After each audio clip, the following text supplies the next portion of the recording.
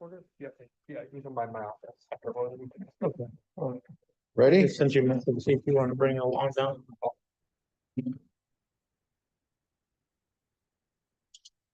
Good evening. I will call this meeting of the Executive Committee to order. We are all present. Thank you for attending.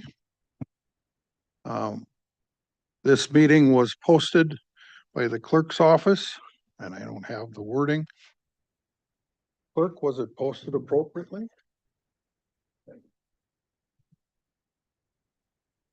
This agenda was posted in the office of the county clerk on the 18th day of May, 2026.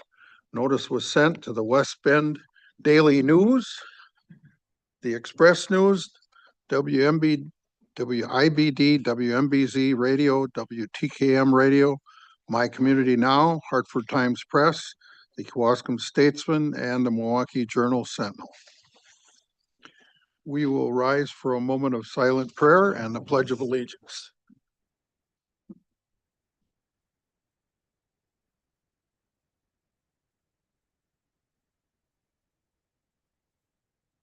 I pledge allegiance to the flag of the United States of America and to the republic for which it stands, one nation, under God, indivisible, with liberty and justice for all.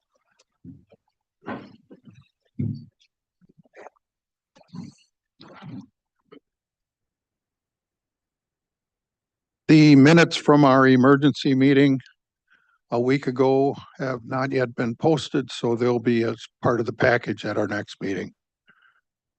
In the consent agenda, we have a proclamation, which is required about every 2 years by the federal housing program. So it's been handled this time as a proclamation. So all we need is do we need a motion and part of the consent agenda? Okay. So if there are no objections, we'll just proceed. So our next discussion item is the orientation and committee procedure, which will be presented by a number of gentlemen.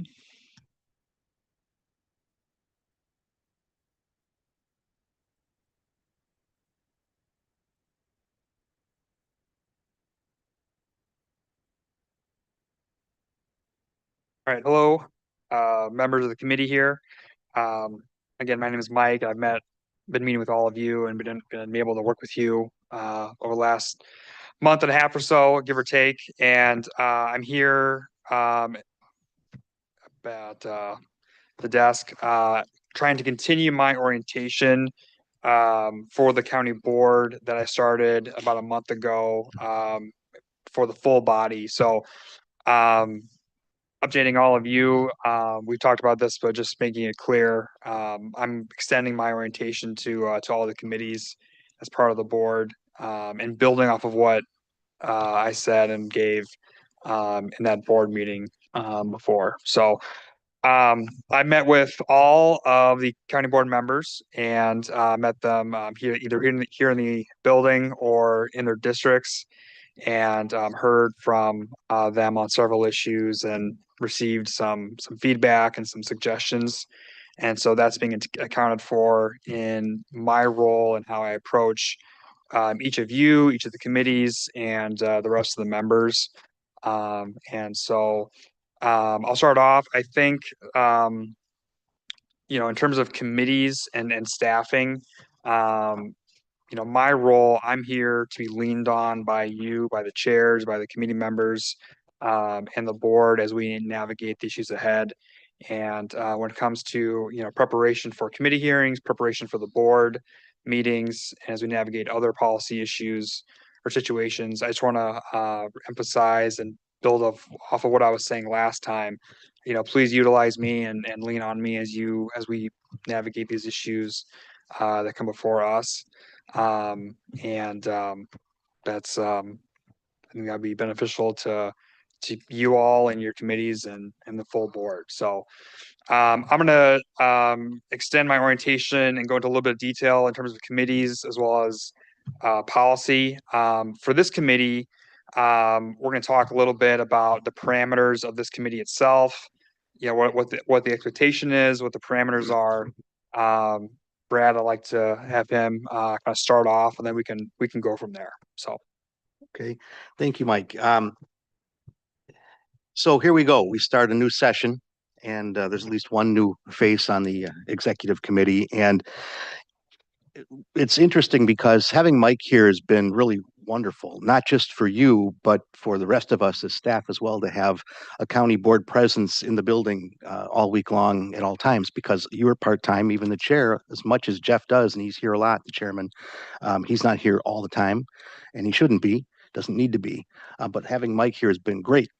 And he and I have been working very well together. But the one thing that has been very eye-opening to me is that having Mike here has forced me to open up the code again and take a look at policies and procedures again, because he's asking, why are we doing the things that we're doing, and where does this come from? And it's requiring all of us who work on this side to dig back into the code and dig back into our policy manuals and figure out exactly what are we supposed to be doing it? Are we doing it right?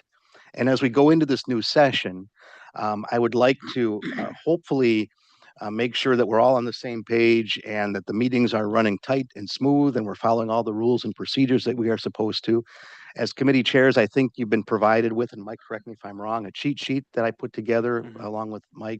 Yep. That gives you sort of a quick view of Robert's rules. So as we go forward and handle these meetings, you can have a cheat sheet right there in front of you that tells you how motions are made, how points of order are made and decided, and things like that.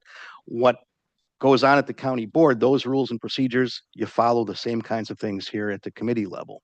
So hopefully that will be of use to you and will help us to keep these meetings running efficiently, tightly, making sure proper motions are made in the right way, the right order, and so on. One of the things you'll notice is that what we're really pushing for this session is that before motions are made, you get those presentations so you can hear exactly what's being presented to you. And then after you hear that, you can decide to make your motion and second or not. If you don't like the issue that's been brought before you and you don't want to consider it, you don't have to. But the presentation comes, then your motion and your second, and that opens up discussion for you to have, and then a vote to be taken. So we're hoping that that will be helpful to you. One of the other things, though, as I talked to Mike, was he asked me, well, what is really the authority of the executive committee and where does it come from and what does the executive committee really do? And I think over the course of the last few years, we've really had the executive committee sort of become a catch-all committee for everything, for large issues, for example, or controversial issues at times and things like that. And so we've just kind of taken for granted that that's what the executive committee is here to do. And my hot take for you this afternoon is that really that's not the case. And I think I'm going to go through the actual duties and powers of this committee. I won't belabor them. There are several, but I'll hit the high points. I think you're going to find this committee actually has a very specialized purpose, at least per code. Doesn't mean you can't change that and can't deviate from it as you need to from time to time. But I think you're going to find this committee has a very specialized, I guess, sort of jurisdiction. And we'll go through that.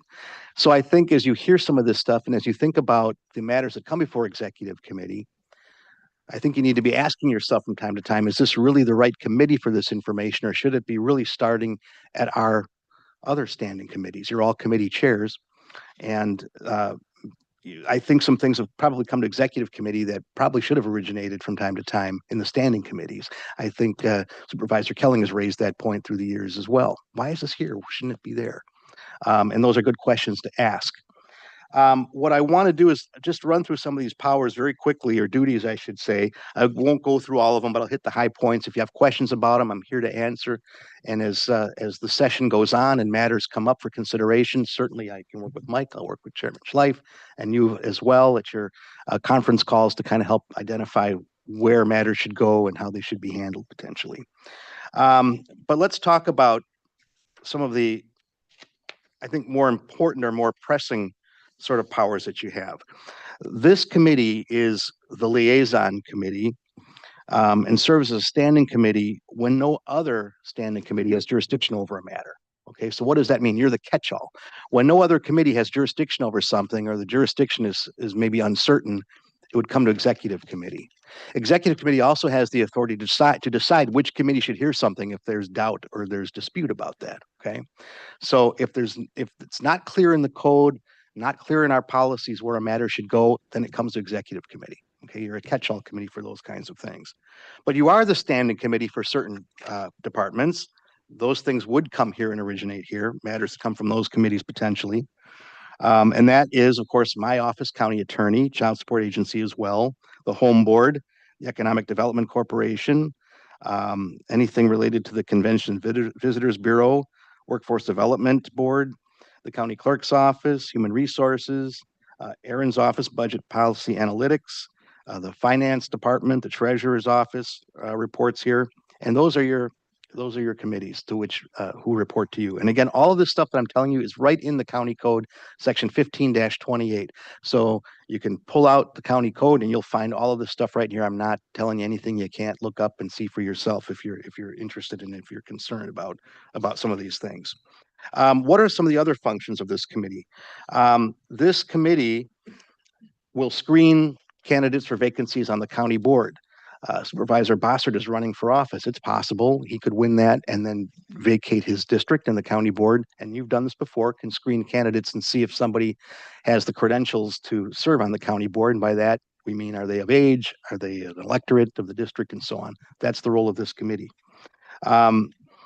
This committee also, believe it or not, is sort of the disciplinary committee for the county board. What does that mean? If, God forbid, a supervisor needs to be investigated for some purpose, this committee could direct or conduct that investigation. Okay, so those kinds of things happen at the executive committee. This committee would review requests for additional positions in the various departments that report to it. If it adds headcount to the department and increases the budget, you would vote on those matters. Those are things you would consider. This is the committee that also considers changes to the rules, the operating rules of the county board. So chapter 15, where all our rules are, this committee would consider if any changes are necessary to the rules of the county board, and we'd put those things in the code. This committee is the committee that receives periodic financial reports about the county's financial condition, for example. It's the committee that would examine and investigates reports on claims of a general nature made against the county. So we'll bring those things to you from time to time. This is the committee that determines what amount of money should be in our checking accounts, what's a reasonable amount of money, for example. And some of these things you'll probably never have to do because policies were set long ago for these things, but periodically you may want to review that information. That would be this particular committee. What are some of the other more interesting powers that you have? You oversee the insurance, the county's insurance policies and so forth. That comes to this committee. You are the committee that's in charge of all of the county property and lands, except those that are overseen by other committees. So again, and you can find in the code a chart of what properties fall under the jurisdiction of what committees, and whatever doesn't fall under those committees' authority comes to this committee. You're in charge of all the leases, improvements, and repairs to county property. I think of the master plan stuff that we're doing, probably better suited for this committee because of that. This committee also decides disputes that might be raised by county supervisors if they don't like a decision the chair has made. So if the chair makes a decision regarding certain items, policies and so forth, because the chair has the authority to set agendas and that kind of thing, someone doesn't like that, who's on the county board, they can ask you to review the chair's decision and you can affirm or overturn the chair, for example. So there are about, give or take, 25 specific powers this committee has. Those I think are some of the more interesting ones that you have, and you can pull out 15-28 and take a look. But you'll notice it's a very specialized jurisdiction that you have.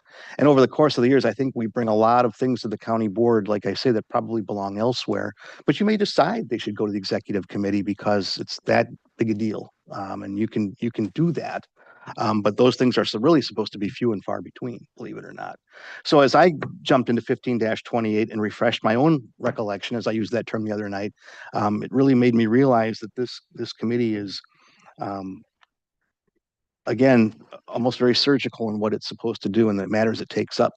And I think, again, we should be making sure as we go forward through this session that we're making sure the things that come here are really supposed to come here. And we're not taking away from the jurisdiction of your standing committees and those matters that you should be seeing and hearing.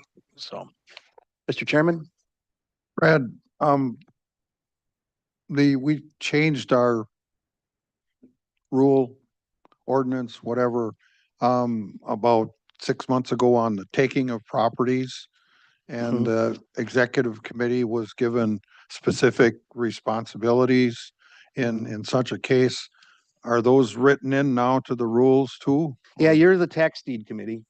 And in fact, you'll be getting some information on that very soon. We had to change the ordinance a while back to take into account the changes in the law that went into effect some time ago. And so this is the committee that will appraise properties and then determine, the parameters of sales and things like that. And you'll be seeing some of those things very soon. Okay, Supervisor Kelly. Thank you, Mr. Chairman. Two questions. If we're a chair, can we, if we see something that we're not exactly sure might belong in our committee and may be better suited for exec, do we have any power to defer to executive committee, or Sure. how might that be handled? Yeah, so absolutely, the code speaks to that, and it says essentially that if there is questions about where an item should end up, this committee can decide that. Now, the downside is you don't have to put off something a month just so this committee can make a decision that theoretically could happen under this, under this scenario.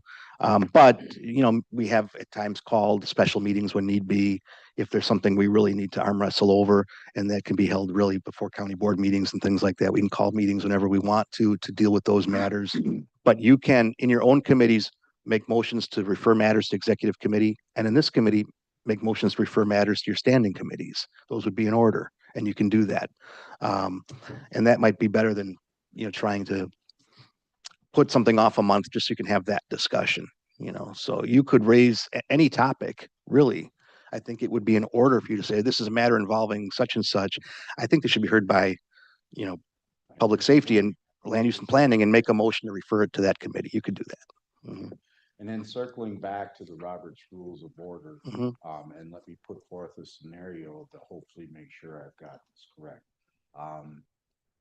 Item comes up, we're gonna talk about, putting new bars on the cells over at the jail. Dave so John says, okay, Dave, give us your presentation. Dave does a presentation, it's all solid gold bars, and it's all gonna be wonderful, and it's gonna cost billions of dollars. And then at that point, we take a motion in a second. Mhm. Correct. Okay. And then at that point, if you get a motion in a second, then you say, Dave, what are you nuts?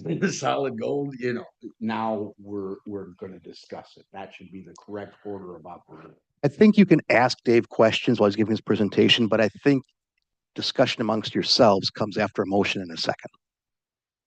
Okay. Yeah. I just want to make sure that we're all kind of clear on that, because we've been kind of doing it motion second to bring it Mhm. forth, then we bring it forth, then we discuss it. But I think that does kind of lead to a broken presentation by the person who's putting it on. I mean, Mhm. especially sometimes it gets more detailed, but they're forced to stop because you've got a question, he's got a question, I've got a question, and it tends to kind of break up the flow. Well, remember that the purpose of a motion in a second is so that the item now is formally before you for consideration and vote. So I don't see any reason why you can't ask questions during a presentation and interrupt and that kind of thing, much like Supreme Court could when an attorney is giving a presentation on a case. You can, but then you go later on and you deliberate that and render a decision, right?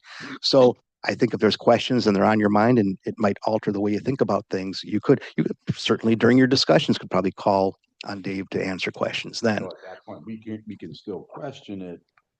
Right. If I got to get a point of clarification from you on some particular thing that Right. you're doing, don't quite understand it. I'm still free to ask it. Absolutely. The motion is seconded so that you all can have your debate and discussion amongst each other and have a conversation amongst yourselves. Now that clears it Right. up. See, so now I can say, well, I think that we should do this. It's a great idea. And you say, well, you're an idiot. What do Mhm. so now we can actually give a little more back and forth, but at least for points of clarification, we can get that from. Right, because you may hear that presentation and decide, I don't like this particular idea. I'm not even gonna make a motion. I don't think don't think we should even consider it. Okay, so no, let's say no motion comes. Well, Dave gave his presentation. You're not buying it, and so it just, at that point, dead in the water. Right. And again, the purpose of a second is not because the person who seconds the motion is endorsing. In fact, making the motion isn't necessarily meaning that. It means you're opening the matter for debate and discussion. And you certainly, because you make a motion, don't have to vote in favor of whatever you moved necessarily. You know, it sounds counterintuitive, but realistically, that, you know, that's a matter of just formality, getting the matter before the body to discuss. But then making the motion basically signifies that we are going to be taking a vote. Well, Whereas if we don't make a motion, then that in itself is a vote. We refuse to take up the issue. right. And Mhm. that may be important for if it's something that we may wish to take up. We don't want to do it now, but maybe next year, still in the same term, we could possibly have it come back at that point. Correct? And don't forget, our code says if something does not pass through committee, the chair retains the right and the power to put something on the full county board agenda. And the purpose for that was because there was concern that a committee of 4 or 5 people could kill off a major issue before it even gets to the full body for consideration. And there are matters that the chair might feel are way too important to allow that to happen. And so the chair does have that right to do that during a session. But then there again, if it goes to the full board and it fails, it cannot be brought up until the following term. That would be correct under most circumstances. There could be potentially, like if it comes back in a different, substantially different format, and there's some, you know, technicalities there, but generally if something dies during the session, it cannot come back during the session. And I think just for our sake here, it's important to kind of understand this. There may be times where maneuvers on certain items, and it doesn't happen a lot. Most times everything just kind of flows through, but there have been times where we've decided to defer. There's been times when we brought stuff back for reconsideration. I've seen a lot of stuff in 10 years. Mhm. You know, so I think it's kind of, this is going to be probably, I think, the more effective and proper way to do this. Yeah, I hope so. Very good. I'm very pleased with that. Supervisor Shadron. Thank you, Chairman. Question is pretty simple. We're going back to reading the whole affidavit of posting. Well, as far as that goes, you know, I think as long as you're indicating that the agenda was posted by the clerk as required by law, I don't know that there's any need to read it word for word, but you can. I think we just have to at least acknowledge the fact that it's been posted properly. Yeah, I noticed that last couple meetings on Yeah. this, and he did read. the Yeah, chairman read that. That's So I probably wondered- truthfully is best practice, to be honest with you, Yeah. but Okay. you know. And then the second question is, so you had talked about the master plan should actually be part of this. Does that mean that the building committee is no longer needed? And then a kind of a follow-up question is, does this committee then develop other committees? Because I used to get just phone calls, hey, there's this committee starting, would you like to be part of it? Does that actually have to come to this committee for a vote? Well, I would say, first of all, the building committee is probably still necessary. Because of the purpose it was put together for. It's not my call to make whether something's necessary or not, but I would argue to you that, you know, under our code, the chair, the county executive under certain circumstances can put task forces and subcommittees together, and there's rules in the code. I don't have it in front of me as to how that operates exactly. But generally speaking, you know, the chair is within his power to put together subcommittees and task forces and ad hoc committees and things of that nature. I use the building committee as an example off the top of my head, and maybe it's not necessarily the best example, but the point I was getting at was, you know, there are things I think that come to this committee, have historically come to this committee in the last few years that probably shouldn't have.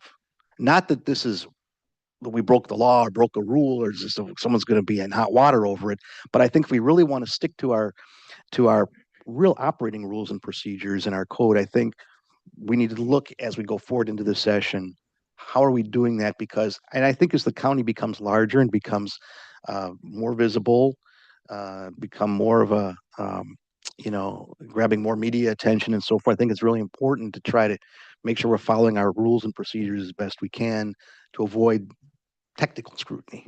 you know? Sure. And Mike and I had a conversation today about this. That doesn't mean we're gonna throw the flag every time there's a little deviation or anything like that. I think you're allowed wiggle room. The old saying is, if you picture the lanes of the highway, there's you know, one here and one here. These are the borders of the roadway.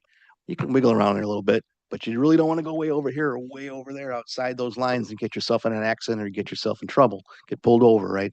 So we want to keep it wiggling around where you can and really not be so hyper technical, but we want to make sure, I think we're running as smoothly and efficiently as we can. So that's where we're getting at with it. Thank you. Supervisor Newman?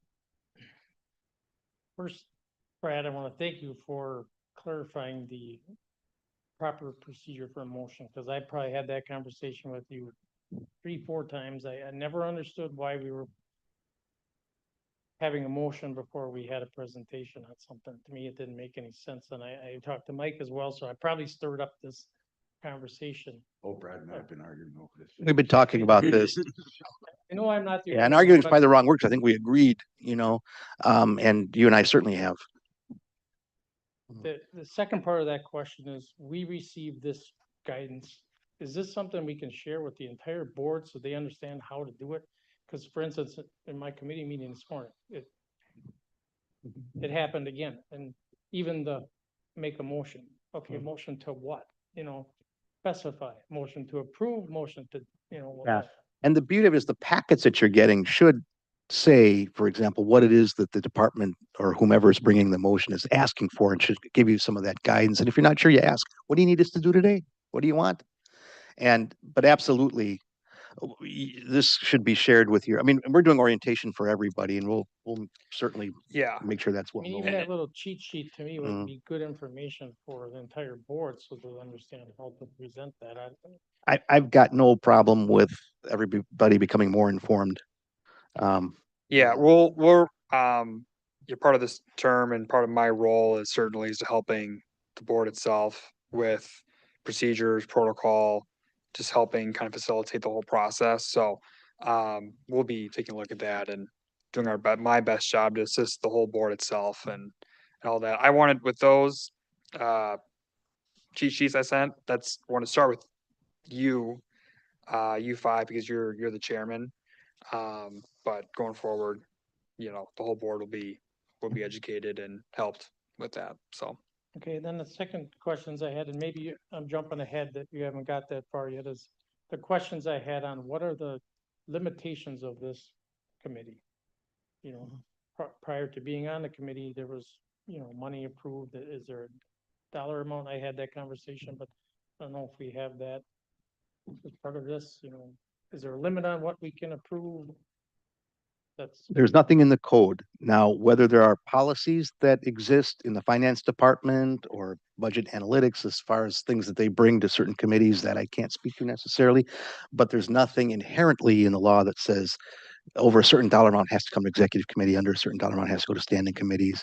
I think we've been very mindful through the years, especially when we didn't have Mike here and have that person here that can help sort of, you know, be that presence day to day. It just seemed like a lot of things came to executive committee because there were big decisions and they needed to be made, and we wanted our leadership to be weighing in on those things. And certainly you are the leaders of the county board, but by code, the standing committees are powerful, and a lot of things, most things really originate here.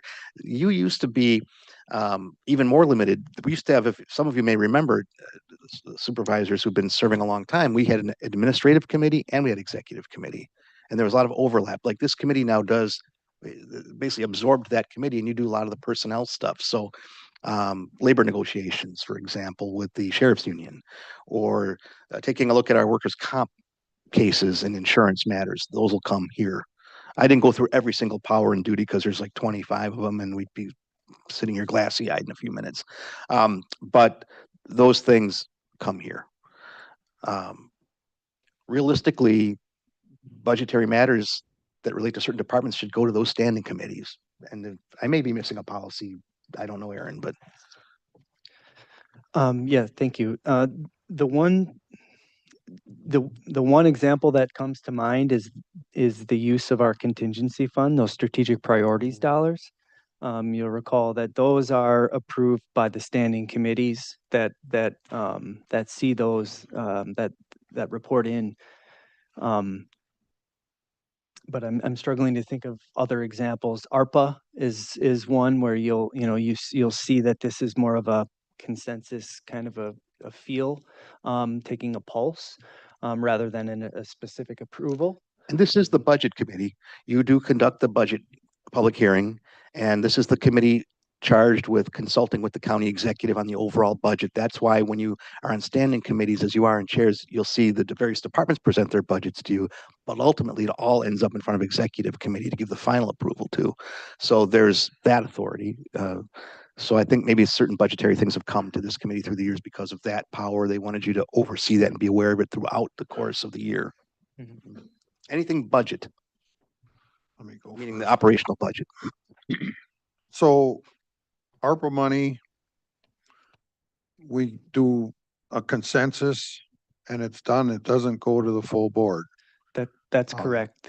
Those funds were accepted through the county's kind of grant process, and so the resolution was made to essentially, that control is now with the county executive's office, but in the spirit of transparency and things, they still come here. And in an extension of that, we did our carryover motion, in the full board meeting. And a lot of that money is next generation housing, which was ARPA money. So that just keeps carrying on as long as it revolves. That's correct. So, good.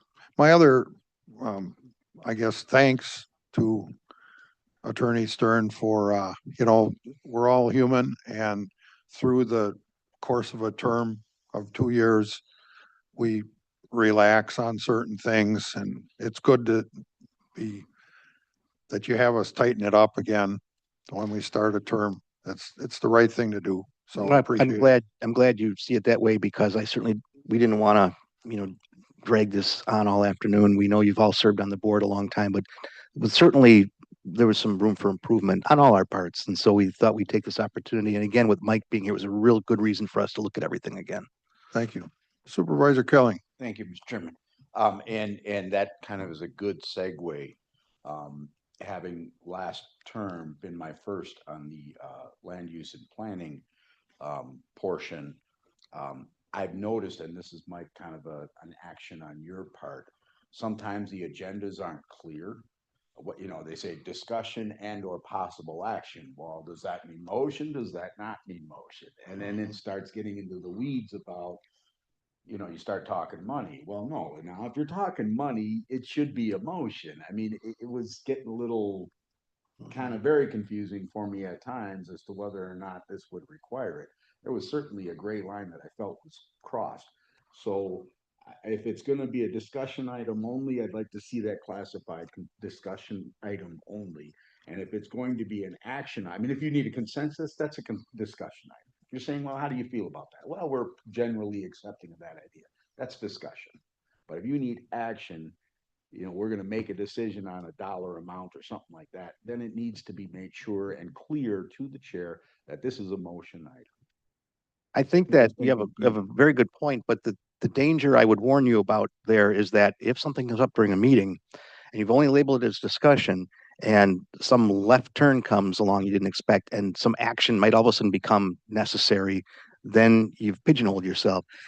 The purpose of an agenda is to give the public notice that these are the matters that are going to come up for discussion. So if you want to be here and it's important to you, you're more than welcome to be here.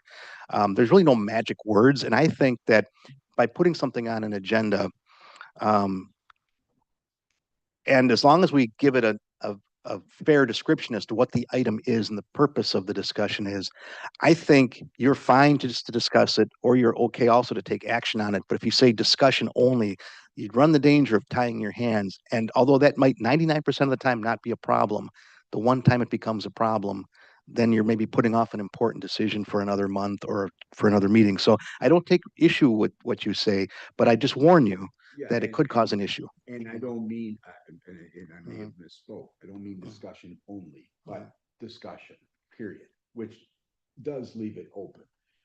Because obviously we can, at any time within our right, we can take an action. If there is, if that discussion leads to an actionable item, that standing committee does have the ability to do that. So I guess just that if it is something you're expecting action on, make sure it's actionable. If it's something you're expecting to discuss, you're not necessarily expecting us to take action, but you know, maybe it could end up that way, then just say discussion. Mhm. You know, not pigeonholing it to discussion. Yeah, might have I misspoke. want to make sure we don't trap you. Right.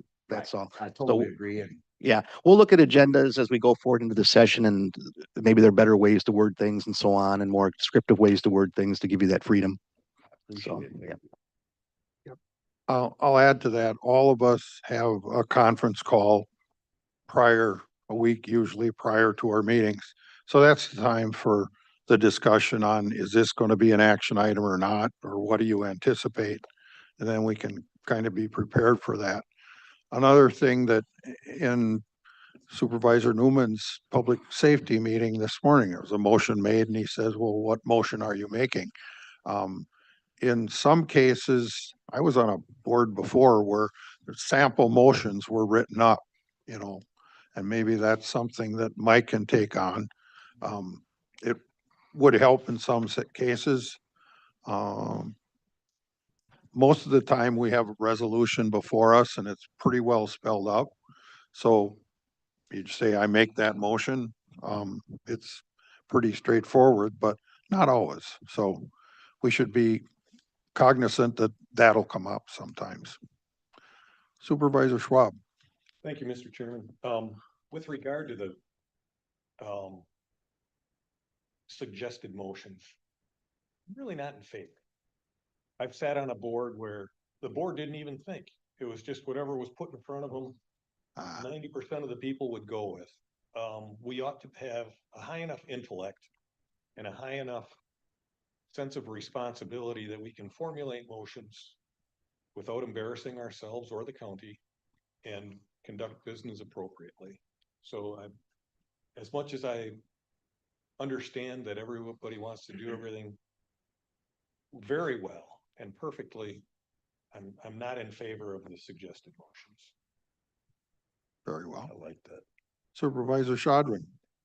So to add to that, what he's saying is that, and normally I did this in my committees too, is we need a motion to bring this to the front. So we shouldn't be saying that anymore. The committee members should be making the motion to bring it to the floor. Well, we can ask for a motion if ask. anyone wants to volunteer for one. Gotcha. But don't specify what kind of motion. Well, Right. it's easy to say, we need a motion for consideration. Sure. And then the individual party may say in favor or against, or however they put it. So to add to that, you guys are gonna have to steer us for a few months. That's what We're we're here- we're here That's to why help. we're here. We're here to help. And I we- mean, just until we get used to the new format, right? Mhm.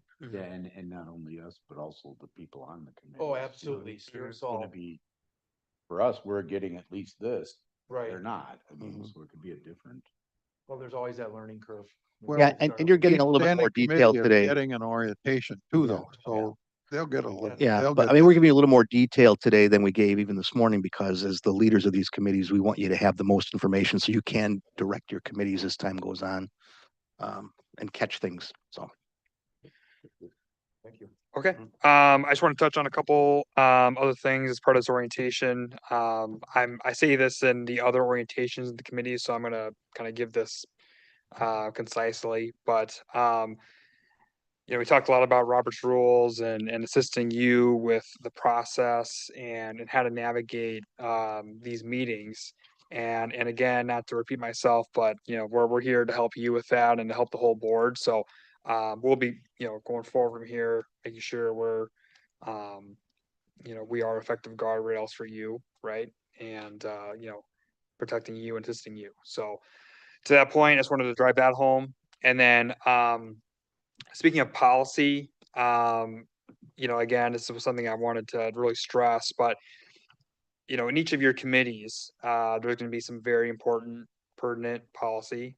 Some of them are very lengthy, some of them won't be, but you know, as the committees are moving forward, you know, I would just really stress just to lean on your staff, which is me, to assist you with any questions, preparation, you know, working with the departments on these policy items as they're coming along. And again, that's something that I'm gonna be stressing to the other members of these committees. But then speaking of policy, you know, if we're working on certain items from a department, if there's additional questions or additional research you want done, something that is adjacent to what was already discussed or brought forward on, you know, again, lean on me to do that research for you to further explore an issue, explore a program, or an area. You know, that again is part of my role. So, and that's something that I'm stressing to to your fellow members, to the other, committee members and everything. So, to want to drive that home, as we kind of navigate this term and with your committees. So, are there any questions? I'll just say. Anything to, One more thing. Supervisor Kelly. Thank you, Mr. Chairman. And I've already spoke to the county clerk and we've talked about the timeliness of agendas. Mhm. In land use and planning, some of the stuff I get is a dictionary. It's humongous. And when you're getting it, you know, literally a day or two before the meeting, there is absolutely no way you're gonna have enough prep time for that. So Mhm. in keeping with your last statement, if further research is needed, well, heck, I don't even know what to ask you. You Mhm. know, if I don't get it in a timely enough manner that I can actually read it. Yeah.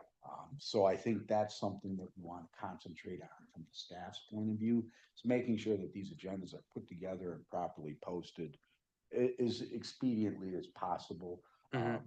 The clerk was very receptive to that. She was like, you know, I'd like to see it get in like on a Friday for the next week. So you've got all weekend to go through it. Yeah. And really look at it. I think that would be great. Obviously, most people on the board, they work.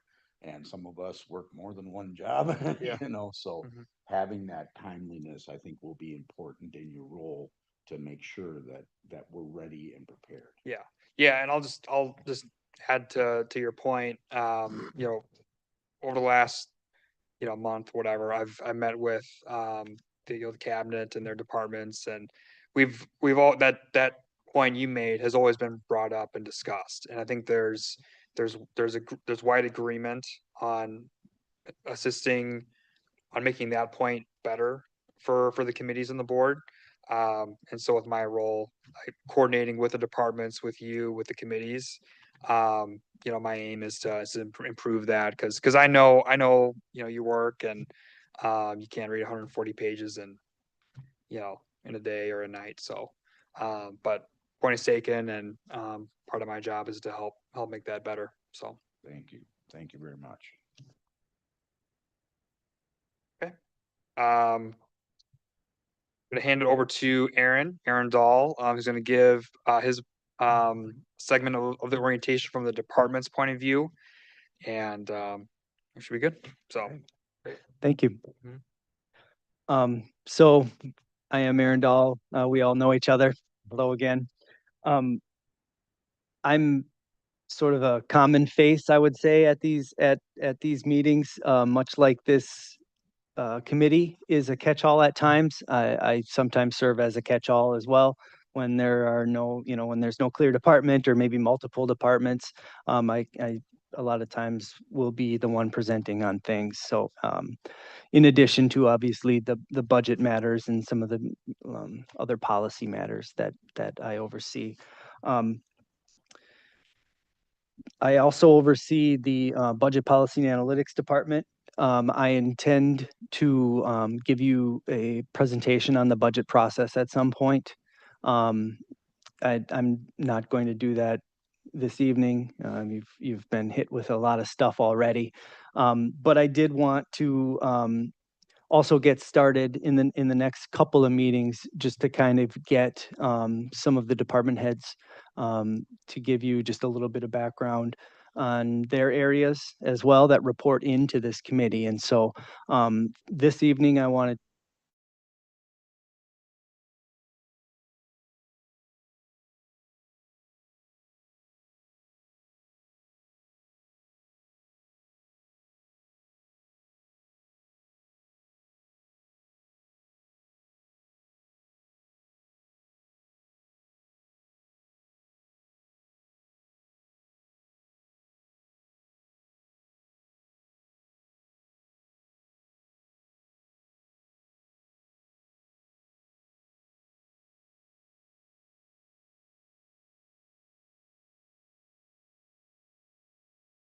Hanky, the Washington County Treasurer. Over the next few minutes, I'll explain our office's functions, not only as the county bank and the tax collector, but also as the administrator of state programs, support hub for local municipalities, and a custodian of property records via the real property lister. I'm a constitutional officer, like you'll hear tonight, elected every 4 years by the county residents. 2 additional employees, and I perform all of the duties that we will be talking about here. Revenue and collection and investment management. As the county bank, we receive all revenues and transactions both digitally and physically from various county departments. We deposit the funds securely. Every dollar received by the county departments flows through our office, and the citizens' money, to use Josh's term, is securely deposited with the help of the deputy sheriff's transportation to the bank. We manage the investment portfolio and maintain a healthy daily cash flow, assuring the stable operation of all county services. Our tax bill responsibilities: we create and manage, print, and maintain 72,000 tax bills annually and archive them for eternity. We collect and reconcile all real estate taxes, current, postponed, delinquent, from all 20 municipalities within Washington County. Taxes are due January 31st and become delinquent February 1st. Accruing interest and penalty at 1.5% a month until they are paid in full. Annually, every August, through the settlement process, the county takes on the burden of those delinquent taxes, making all other taxing entities whole. So in other words, we pay the cities, the village, the towns, the schools, Moraine Park, Milwaukee Area Technical College. We pay everything that has not been collected as of July 31st, if they postpone them, or January 31st, if they haven't paid them at all. We make them whole. So that means we pay out between $45 and $54 million in August to those that are delinquent. That gives us the right to, in Brad's office, and as well as Ashley's office, to take that property if they don't do that over a certain period of time and all the legal things. So hopefully everybody will learn a little bit tonight, and you'll ask me more questions on that later. But our tax software system empowers all users to review the property ownership, the tax status, the payment history, the parcel details conveniently online 24/7. Additionally, we manage the unclaimed funds, including uncleared checks and refunds following state requirements. Our office administers the Wisconsin Lottery and Gaming Credit, a state mandated property tax relief for eligible homeowners. Residents may apply through our office or through their local treasurer or the state of Wisconsin portal. We initiate tax deed property auctions, ensuring that the transparency and legal compliance in the sale of that property is due to the tax delinquency. We're not sheriff sales. We're not foreclosing. We are taking the property via tax deed and selling it. The real property lister is also under the treasurer's leadership. The real property lister's office maintains a complete and accurate countywide parcel database capturing ownership, legal descriptions, acreage, school districts, special districts, and mapping data. This division of our office serves as a key liaison between municipal assessors, clerks, treasurers, surveyors, state agencies, providing GIS mapping, parcel information, assessment role, coordination, and essential land records support. Annually, the lister compiles the assessment roll, processes deeds, plats, certified survey maps, annexations, and assigning parcel IDs, ensuring assessments are made fair, equitable, and uniform based on the market value. We support the contingency that you do, local municipalities, and we serve on state aid associations. As a central hub, we support municipal clerks and treasurers across the county, offering guidance on tax preparations, procedures, parcel data mapping services, state credit applications. Both the lister and myself have served our state associations in leadership roles. Our public facing office operates 7 a.m. to 5:30 Monday through Thursday, while our always open website portal can be used to view and pay property tax bills, assess parcels and mapping data, and check mill rates. All of the things that you think you could find in our treasurer's office face to face, you can find online. The treasurer's office works daily to uphold the financial integrity, maintain precise property records, and ensure fair taxation and deliver exceptional public service. If you have any questions about your property tax bill assessments, lottery credit, delinquent taxes, or unclaimed funds, please visit our office or explore our website. Thank you for your attention, and I look forward to continuing our work and through a transparent and fiscally responsible Washington County. One of the major initiatives that the county executive has asked us to do is to do a request for proposal for banking services. Our banking services, I think, go back to the Stone Cave. We've been with the same company for a long time. Do I feel they're fair with us? Yes. Do I feel that they are competitive with all the rates that we have? Yes, I do, but it's still good to take a look and see. So that's one of the big initiatives that we have. Hopefully with some other help from other departments, we'll be able to figure that out, but that's really the big initiative. Not much new in treasury other than collecting and paying, so. Supervisor Schwab. Thank you, Mr. Chairman. I'm just want clarification to see if I heard correctly. What I heard was that every year between 24 and $54 million in taxes are unpaid at the end of July. Is that? That's I heard that correct. correctly. That's correct. How long does it typically take to collect on those late taxes? We get that down to about anywhere between $70,000 and $30,000 by September 1st.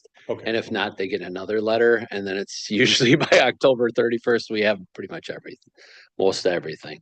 But there are, we're sending probably 10 or 15 parcels that have had 4 years to pay that to the county attorney's office through the county clerk's office for tax deed purposes. So yeah, it happens.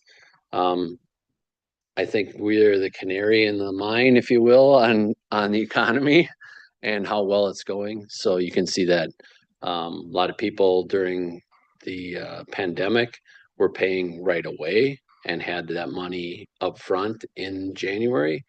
And now we're seeing them postponed a little bit longer.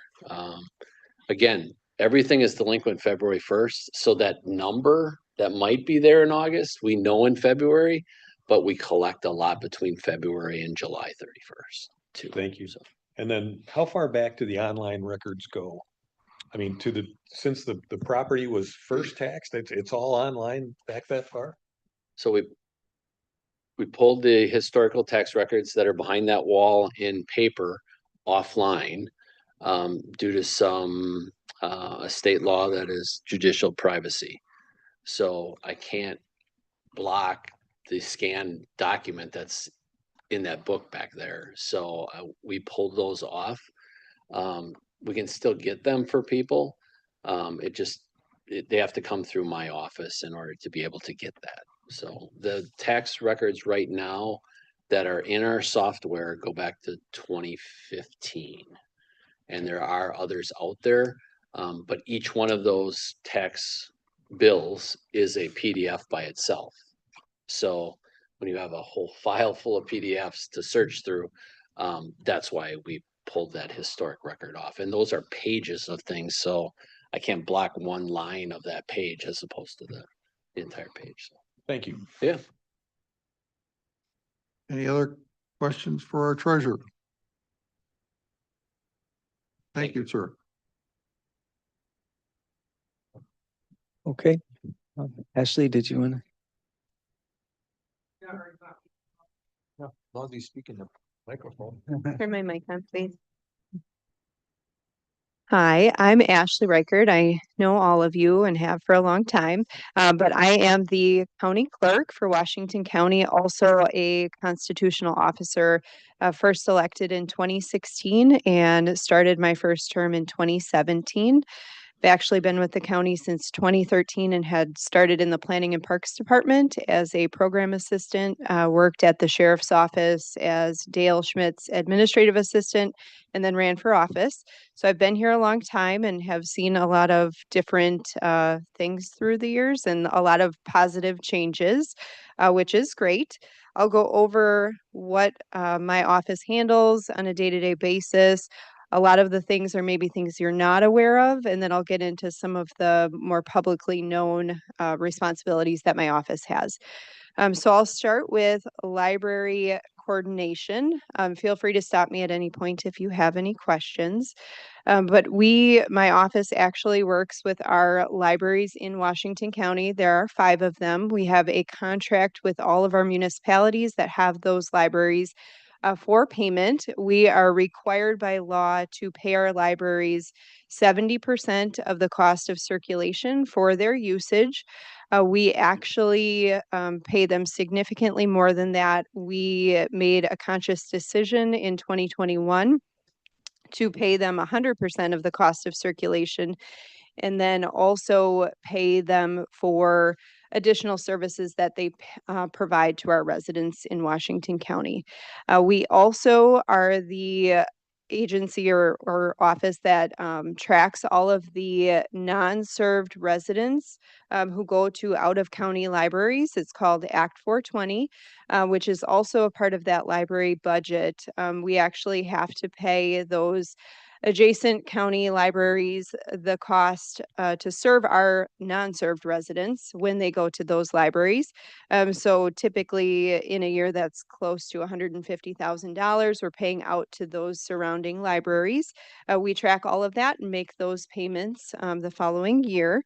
As you heard from our county treasurer, we also accept all of the tax deed properties from their office. And we work with you all to set the minimum bid amounts, which has changed in process, as you heard from Brad, and is updated in our code. But we actually will be setting those through an appraisal process versus setting it based on what we're owed.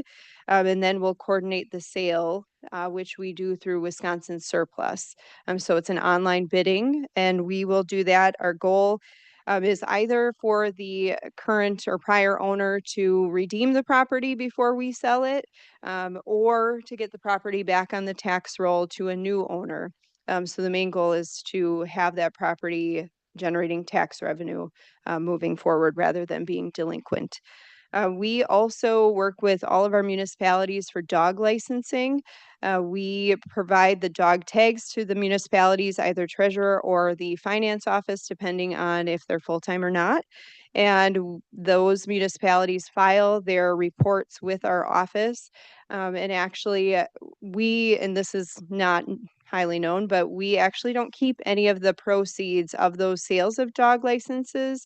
The county actually acts as a pass-through. We have a contract with our Washington County Humane Society and make all of the payments from those dog licenses to the Humane Society for providing services for animals that are stray or dogs that are stray. We also act as the kind of like the secretary to the board committees. You all know this, but we prepare agendas. We take minutes. We handle the electronics at the meetings, the voting system, the mics, the streaming software. We do all of that. We also prepare oaths. We maintain those records. We also prepare all of our county board and committee binders or basically their books of all of those minutes and keep those records forever. We actually have our oldest minutes proceeding book from county board from 1840, which is actually before we even became a state. That was when we were first organized for county government purposes when we still included Ozaki County. So pretty neat to see. Those minutes were handwritten in beautiful handwriting. So a little bit different than the typed writing now. We also serve as a very customer service focused office, which is marriage licenses and passports. So that takes a lot of our day-to-day time. We last year did over 700 marriage licenses. We did almost 1,000 passports, and then over 1,000 passport photos. And that does not even include all of the renewals that we have assisted people with, where we just basically make sure that they have everything together and then they mail them themselves. So we're very, very busy with all of that. Specifically marriage licenses, that has continued to rise. Mostly because when we advocated in, I believe, 2022 for a law change where couples could apply in any county in the state, regardless of where they lived or regardless of where they were getting married, because of our hours, which are 7 to 5:30, and then also the Saturdays that we've added, we tend to see a lot of individuals from out of Washington County. We still see a lot of Washington County residents, but we see a huge increase because of those extended hours. So same with the passports, we're getting people from all over because of our hours, which is great to see because that is one of my main priorities is serving people when they are able to come in and at a time that is convenient for them and their families. One of the biggest things that we do in our office is oversee elections. So that's probably one of the most known things that we do. We provide support to all of our 20 municipalities. We start the process for elections and collect all of the data from our municipalities, and I put that all together and actually program our elections in-house, which means that I'm putting together everything that runs the voting machines. I am creating the ballots specifically, and this was something that we changed in, I think, 2019 or 2020. We started programming in-house. So we do that. We collect all of the results at the end of the night on election night, and then take all of those and perform a canvass at the county level where we confirm everything that the municipalities have provided us and ensure that the results are accurate. We also have implemented through the years voluntary audits where we randomly select reporting units and hand count ballots at that public meeting, the Board of Canvass meeting, where we have a Republican representative and a Democratic representative, and then my staff. We, in addition, have created many different initiatives regarding election integrity, encouraging extended in-person absentee voting hours at the municipalities by providing 150% of a reimbursement for that. In addition, having countywide audits, which we will be performing after this November's election, and did in 2022 and 2024 as well.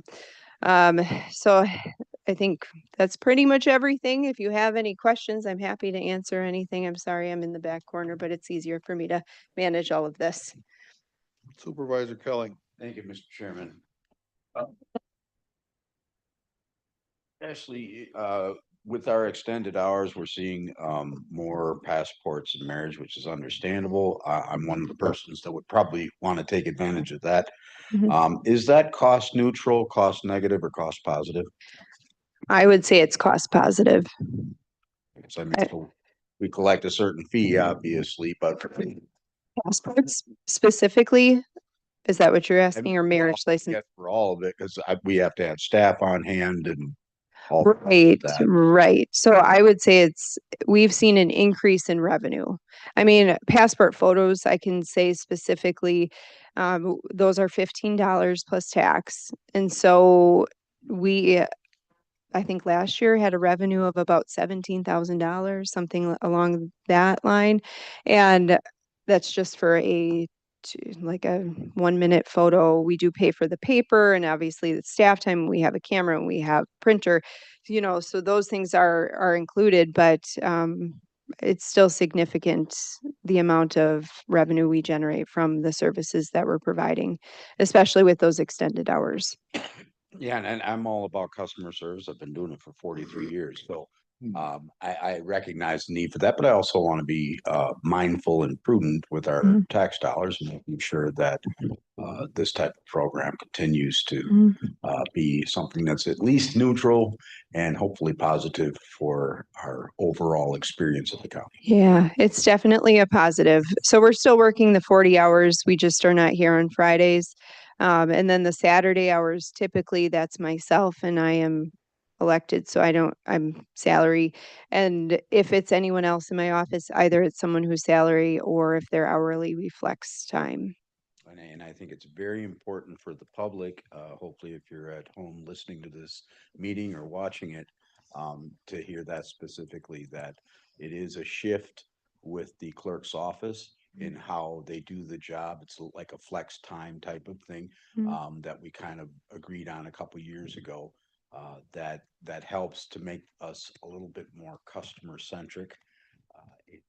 I think it's worked out well, and I do know that you volunteer a lot of your time, Mhm. that quite frankly, by statute, you don't have to, but yet you do. Because I know you're very dedicated to this, so thank you. Right. And I will say, I can't even count how many times that myself or my team has heard from couples or families with small kiddos in school, how appreciative they are for the hours, because they would not have been able to make it in otherwise. And I mean, I absolutely love to hear when people are thrilled with the ease of process for passports, and how they can't wait to come back to our office. So, I mean, my team is doing a great job. We are small, but we are mighty, and I'm really grateful for everyone we have on staff.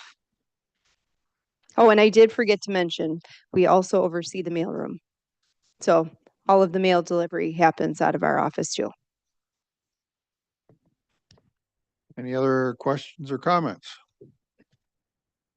Then we'll pass on to our county attorney's piece of the pie. Well, you know what I do, right? You know what I do for a living. To quote Quinn from Jaws, right? I was here this morning when Barry Bratz, our district attorney, addressed public safety, and he said, I handle all the criminal prosecutions. And I chuckled and I said, well, I handle everything else for the county. I'm the county's attorney. I'm the only county attorney in the state. Everybody else is called corporation counsel. We were called corporation counsel as well up until many years ago when at that time corporation counsel Farragut changed the name of the office. I believe it was to county attorney, because so many businesses were calling up not understanding what this office did, asking for representation. So he said, let's change the name to county attorney. We're the county's attorney, so that makes sense. But I'm the only one. I'm the fifth person to ever hold that office in Washington County as well, which I'm very honored to do and appreciate that opportunity. My staff consists of 4 attorneys, including myself. I have a deputy county attorney and 2 assistants, and I have 2 paralegals and an executive office assistant, Jackie Limbach, who manages the office. And so, like I said, we handle all of the county's legal work. We represent all the departments. We represent the county executive's office, the county board as well. We represent the health department, you name it. So we need to know a little bit about all that kind of stuff. But I have an amazing team of lawyers that are second to none. I'd put up against any private law firm in this state or anywhere. And in fact, we take them on from time to time, as you well know. My office also, though, as you may not know, manages the child support office. I'm also the department head for child support. Child support has 11 employees, handles about 4,000 cases. We enforce child support orders. Back in 2023, our agency won Agency of the Year from the state of Wisconsin. The only time we'd ever won that in the history of our department. And we've had that department in place for, I believe, somewhere around 50 years now, give or take. Some interesting things about our department I'd like you to know. We run all the county contracts through my office. In 2025, we reviewed 498 contracts. We handle all the mental health commitments for the county. So when individuals who are in crisis need court orders to provide them with treatment, we handle that. We had 205 of those cases last year that we prosecuted. We handled 47 guardianships and protective placement cases for the county. We handle all the CHIPS cases for the county. In case you don't know what that is, those are the child abuse and neglect cases. We prosecute all of those matters. We had 40 of those that we filed last year, 40 new cases.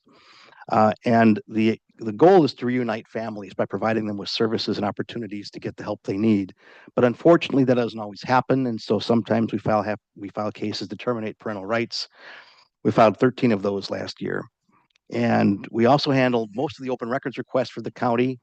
We had 119 of those come in last year through my office. Some departments will handle their own. The sheriff's office often handles their own because they're usually for police reports and things like that, unless they're real, I should say touchy reports, they can handle that. They might run a few through us. And Ashley's office sometimes will handle their own as well. When they come in, they get some voting things from time to time and come in. They don't need my help for. But we handled 119 of those. And so those are some interesting things. Where we're at in 2026, we've already taken a look at 110 contracts. We've had 69 mental health cases come through my office, 24 protective placement guardianship cases. We've got 7 TPR cases going on right now. We've had 25 records requests that have come in so far, and we filed 17 new CHIPS cases this year. So we're on par to do about what we usually do. What I can tell you is that, working for the county has been just a thrill for me, and representing all of you and having the honor of holding this office has been just, something I never would have expected I'd have had the privilege to do. I've been with the county 22 years this year, and county attorney for about 9.5 of those years. And I am not an elected office for those who are watching or listening in. I'm appointed by the county executive. At the time I was appointed, though, the county executive, Josh Shulman, was the county administrator. So he had hired me at that time and had interviewed at the time with the county board and so forth. So that's again, a sort of a very high level view of what my office does. And I work with all of you so closely, I feel I don't need to get into much more detail than that, unless you have certain questions about the office and what we do. Does your appointment have a term? Nope. I serve at the pleasure of the county executive and ultimately the county board as well. Thank you. Any questions? Just a statement. Go ahead. Thank you, Mr. Chairman. And I want to say to you, in open session, and Brad, I appreciate what you do for us. Your door is truly always open. I've called you out of the blue several times. I've always been responded to immediately.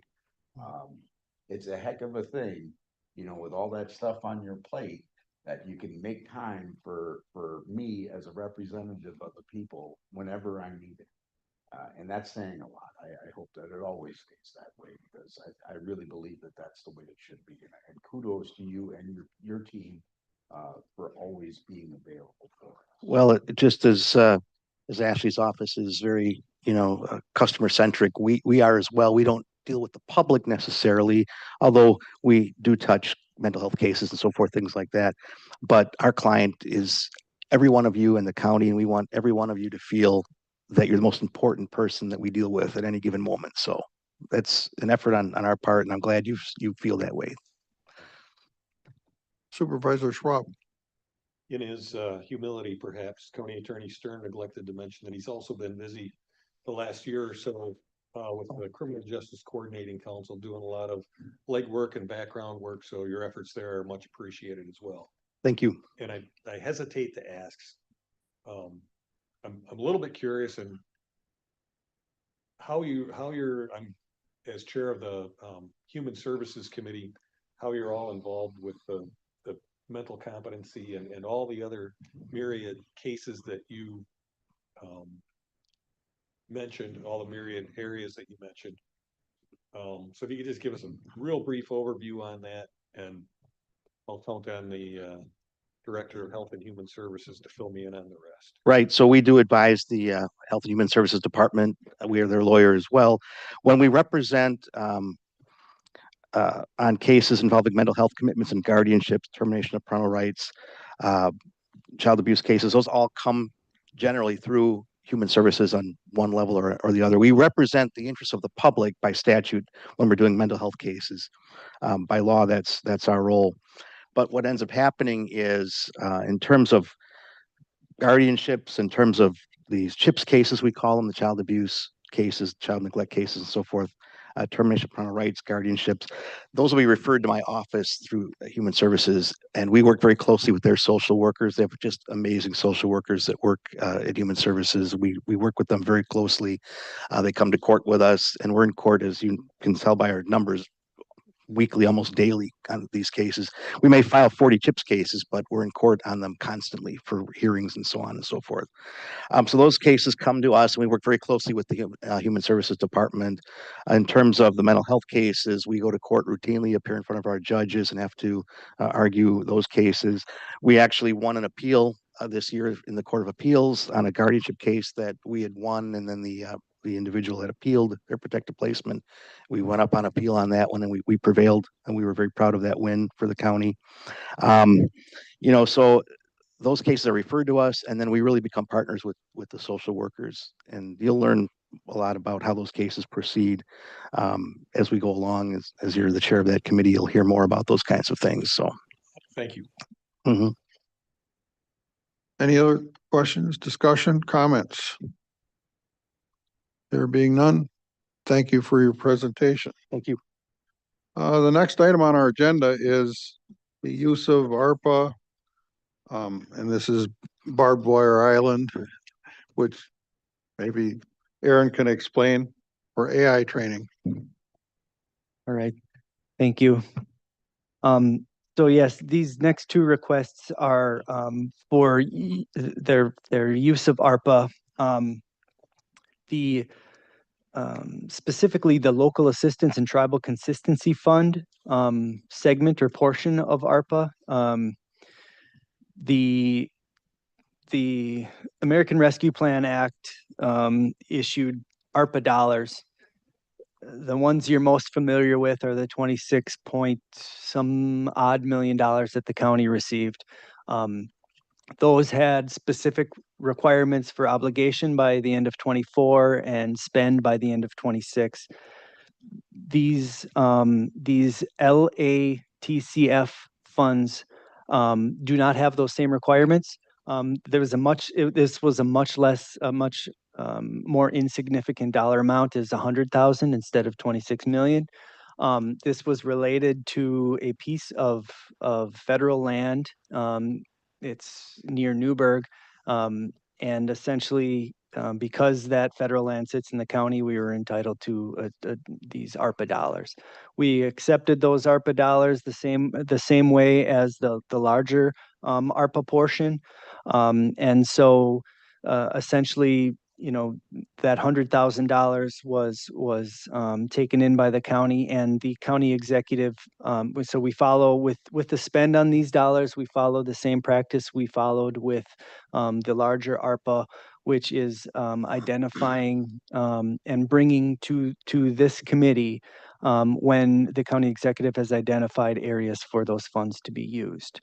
And so this particular request is the use of up to $30,000 to attend an AI Executive Academy at the MIT Sloan School of Management. So that would pay the tuition and the travel and the lodging for the county executive to attend that. And so with these are just general kind of presented to you as the intent to use these funds. And we're seeking just kind of your general consensus and any major thoughts that you might have on that. Supervisor Schwab. Thank you, Mr. Dunn.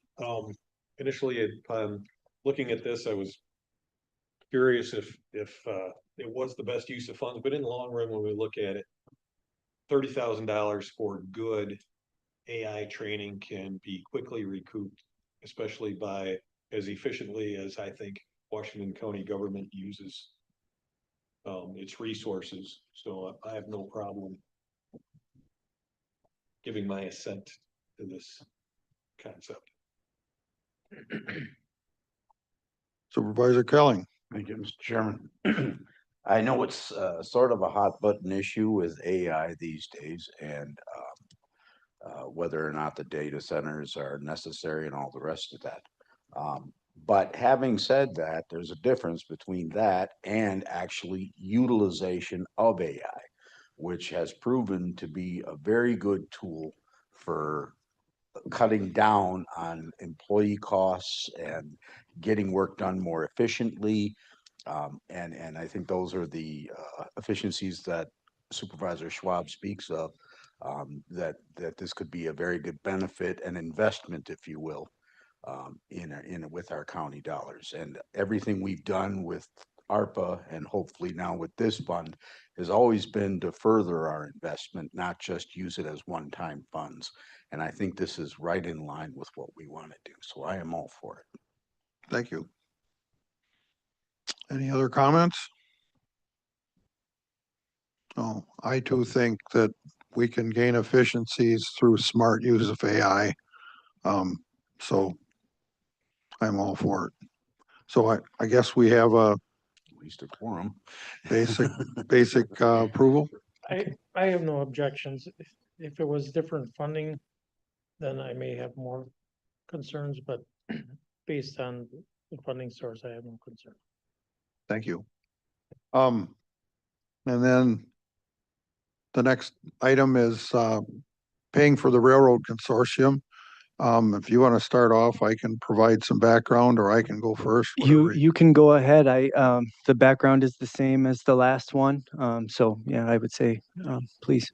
The Railroad Consortium is a group made up of 9 counties, which took over rights of way from the Milwaukee Road and the Chicago Northwestern Railroad back in the 80s to preserve those rail corridors so that they wouldn't, be lost in case the railroads made a comeback. And in fact, the rail, I think it's like 192 miles of rail in our area, in our consortium, which is 9 counties, is operated by the Wisconsin and Southern Railroad. It's all freight, and they serve a lot of customers, and they're growing a customer base. What the consortium does, it used to be $25,000 a year. It was recently raised to $30,000. The other 2 consortiums in the state have done the same thing.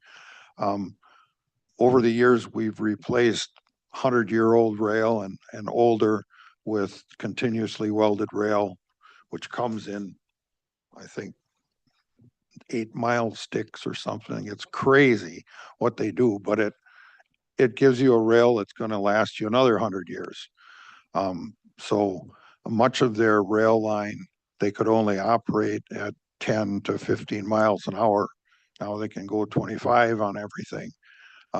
But what this money has done is allowed them to continue to operate. They spend 16 million this next year, 15 million last year on upkeep, maintenance of the rails, the replacing ties, crossings, signals, bridges, the whole 9 yards. So they're a very active partner. And the bottom line is they run totally 60 to 65,000 rail cars on their track every year, which would equate to $250,000 semi trucks. So it takes a whole lot of business off the highways, which saves us. That's why it comes through Public Works normally.